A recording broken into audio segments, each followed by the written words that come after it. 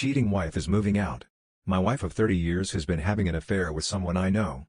And it appears to have been going on for years. I finally confronted her and it was with someone else and it was all innocent and just friends. After I gathered proof and confronted her again that I knew it was. She gave me a story that she was going to end it.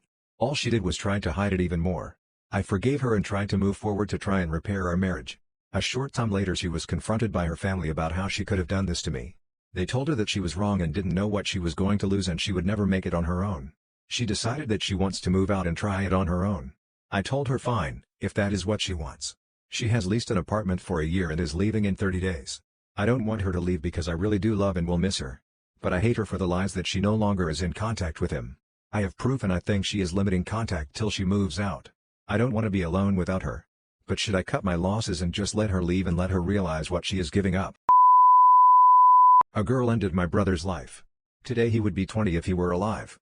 He was only 16. I was very close to him, we talked a lot, we played video games together and every day I think about him. Tears are coming out of my eyes as I'm writing this. In 2019 when he was at school a girl, who was her classmate, fought with him because he accidentally bumped into her and her cell phone fell to the floor and broke.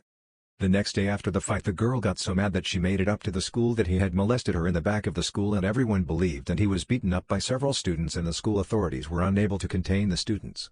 Then the police were called. My brother was taken to the hospital in serious condition and died 1 week later due to the aggressions. No one in that school was punished, at most expelled.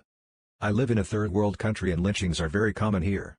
I still haven't gotten over his death and I really wanted to find that girl and take the law into my own hands, but I don't want to ruin my life any more than it already is. I farted in my boss's coffee a year ago. My boss comes in the break room every morning to pour him a nice fresh cup of joe in his ridiculously large coffee mug. We usually shoot the shit for the first hour or so going over what happened overnight. As soon as his presence is felt, the air in the room immediately gets sucked out, every morning. This particular morning he finished off the coffee pot and walked away to get another coffee container. My immediate instinct was to spread my butt cheeks and rip a sour fart directly in his coffee that he left sitting on the break room table. A co-worker that I'm close with was laughing to the point of tears. When he walked back in the room the smell was still lingering. He grabbed his mug and walked away. This week he retires, but he had to drink a cup of coffee spiked with my fart particles in order to finish his career. Today marks 1 year since I lost my husband to a drunk driver. Today makes 1 year since I lost my husband, my daughter's amazing father. He was 28 years old when he was in his way home from his shift at work at 10:37 p.m. when he clocked out and I got his usual phone call letting me know he is off and on his way home. It's a 20-ish minute drive from his work to home but 20 minutes passed. 30 minutes passed so I decided to call his cell and no answer, which is very unusual for him to do. He always answered his cell. I started to get this knot in my stomach like I knew something was very wrong. He had our only vehicle so I couldn't go out and just look for him. I let a little more time go on and I tried his cell again. Yet nothing again. I was starting to panic. I didn't know what to think or do so I called 911 and just told dispatch what was going on. The route he takes, the time it takes to get home. She said she would send someone out to check the area and see if they can find him. Time goes by so slow when you're patiently and anxiously waiting. Then I hear knocking at my door. I knew it wasn't good. Holding back tears, walking to the door knowing whatever the news was it wasn't good. The officers stated their names and told me what they found. My husband deceased on arrival hit by an intoxicated female who was arrested on the scene. I went cold, pure shock, just disbelief washed over me. I fell into the officer just crying in absolute disbelief.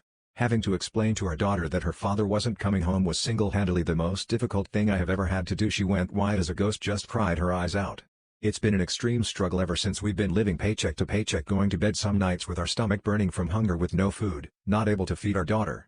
We have been to therapy. Thankfully our insurance covers the co-pays and cost. It's been 1 year today and my daughter has just been quiet today. We have been watching TV trying to figure out something to do because we're broke and depressed, but watching TV playing board games just doesn't seem to distract her enough.